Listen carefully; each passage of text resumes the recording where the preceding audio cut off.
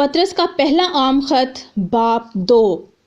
پس ہر طرح کی بدخواہی اور سارے فریب اور ریاکاری اور حسد اور ہر طرح کی بدگوئی کو دور کر کے نوزادہ بچوں کی مانند خالص روحانی دودھ کے مشتاق رہو، تاکہ اس کے ذریعہ سے نجات حاصل کرنے کے لیے بڑھتے جاؤ۔ اگر تم نے خداوند کے مہربان ہونے کا مزہ چکھا ہے، اس کے یعنی آدمیوں کے رد کیے ہوئے پر خدا کے چنے ہوئے اور قیمتی زندہ پتھر کے پاس آ کر تم بھی زندہ پتھروں کی طرح روحانی گھر بنتے جاتے ہو، تاکہ کاہنوں کا مقدس فرقہ بن کر ایسی روحانی قربانیاں چڑھاؤ جو یسوع مسیح کے وسیلہ سے خدا کے نزدیک مقبول ہوتی ہیں۔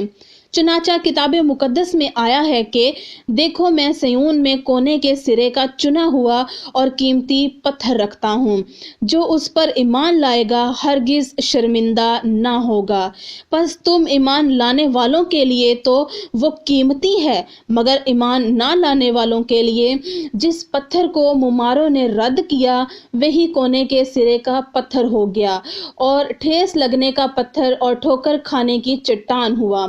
کیونکہ وہ نافرمان ہو کر کلام سے ٹھوکر کھاتے ہیں اور اسی کے لیے مقرر بھی ہوئے تھے۔ لیکن تم ایک بزرگیدہ نسل، شاہی کاہنوں کا فرقہ، مقدس قوم اور ایسی امت ہو جو خدا کی خاص ملکیت ہے، تاکہ اس کی خوبیاں ظاہر کرو جس نے تمہیں تاریکی سے اپنی عجیب روشنی میں بلایا ہے۔ پہلے تم کوئی امت نہ تھے، مگر اب خدا کی امت ہو۔ تم پر رحمت نہ ہوئی تھی، مگر اب تم پر رحمت ہوئی۔ اے پیارو، میں تمہاری منت کرتا ہوں کہ تم اپنے آپ کو پردیسی اور مسافر جان کر ان جسمانی خواہشوں سے پرہیز کرو جو روح سے لڑائی رکھتی ہیں، اور غیر قوموں میں اپنا چال چلن نیک رکھو، تاکہ جن باتوں میں وہ تمہیں بدکار جان کر تمہاری بدگوئی کرتے ہیں، تمہارے نیک کاموں کو دیکھ کر انہی کے سبب سے ملاحظہ کے دن خدا کی تمجید کریں۔ خداوند کی خاطر انسان کے ہر ایک انتظام کے تابع رہو، بادشاہ کے اس لیے کہ وہ سب سے بزرگ ہے، اور حاکموں کے اس لیے کہ وہ بدکاروں کی سزا اور نیکوکاروں کی تعریف کے لیے اس کے بھیجے ہوئے ہیں، کیونکہ خدا کی یہ مرضی ہے کہ تم نیکی کر کے نادان آدمیوں کی جہالت کی باتوں کو بند کر دو اور اپنے آپ کو آزاد جانو، مگر اس آزادی کو بدی کا پردہ نہ بناؤ، بلکہ اپنے آپ کو خدا کے بندے جانو۔ سب کی عزت کرو، برادری سے محبت رکھو، خدا سے ڈرو، بادشاہ کی عزت کرو۔ اے نوکرو، بڑے خوف سے اپنے مالکوں کے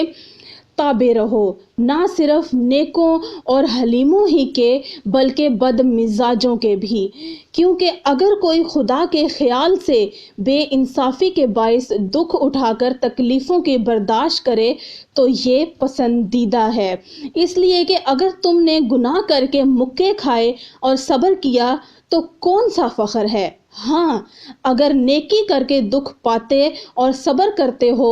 تو یہ خدا کے نزدیک پسندیدہ ہے،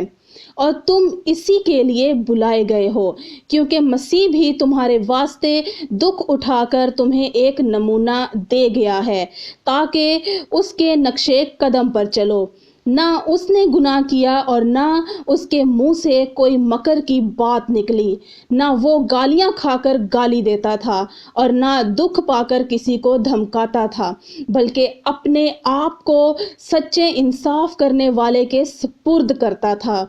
وہ آپ ہمارے گناہوں کو اپنے بدن پر لیے ہوئے صلیب پر چڑھ گیا، تاکہ ہم گناہوں کے اعتبار سے مر کر راست بازی کے اعتبار سے جئیں، اور اسی کے مار کھانے سے تم نے شفا پائی ہے،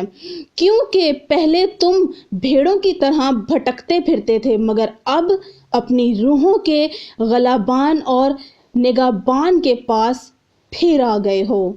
آمین۔